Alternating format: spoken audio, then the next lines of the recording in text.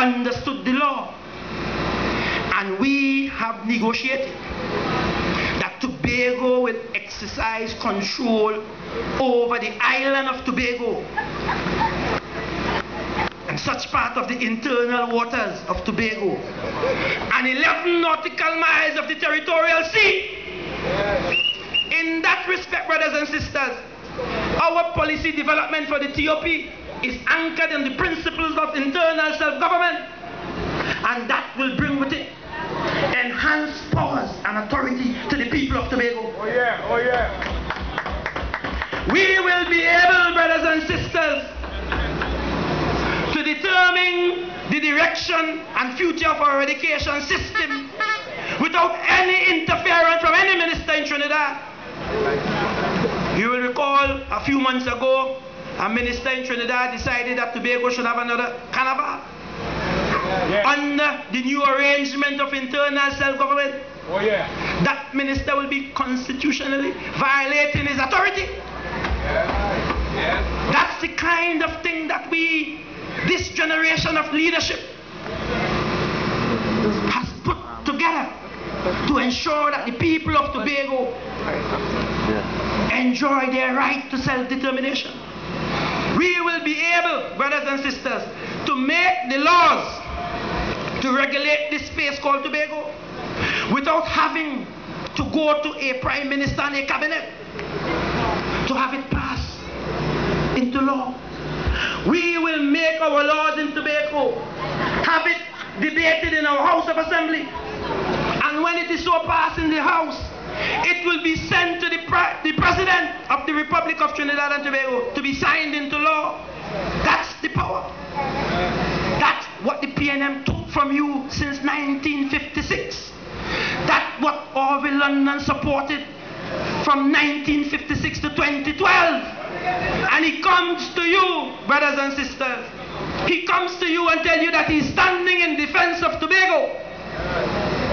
But he's standing in defense of the treasury of Tobago so that he can share the money with his PNM friends and family. That's all Orville London is interested in. Brothers and sisters, under the new arrangement, we will not be required, as it is now, to prepare a budget and go and ask the Minister of Finance whether we can get this, whether that can be funded. We will have a constitutionally guaranteed share of the national pie. We will be our own men and women in our space called Tobago. We will receive our share of the pie. And we, Tobagonians, will stay in Scarborough, Tobago, and decide what are the priorities for our development. We don't have to seek approval in Port of Spain. We have a relationship with Port of Spain, but we are men and women in our house called Tobago. That's what the TOP presents to you. That is what you call defending Tobago's heritage. My brothers and sisters, these are serious times. The game has started. The date is the 21st of January 2013. Oh yeah. Oh yeah. Remember, brothers and sisters, the PNM has had 12 years and $20 billion. Orville London sat on the Energy Committee from 2001 to 2010. Have you ever heard him say Tobago had oil? He said the opposite. Now he's all over the tongue talking about marine and marine space and oil and gas. Ask him where the oil and gas were all the time. Robinson was saying this in 1977. And if he, as a history teacher, a former principal, read the history of Tobago, he would have been able to say or understand or understood that Tobago has oil and gas.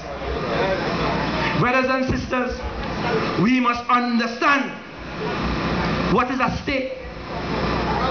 The PNM have not engaged in wealth creation for the last 12 years. They engage primarily in wealth distribution to their friends and families. We cannot vote for that. Brothers and sisters, on the 21st of January 2030,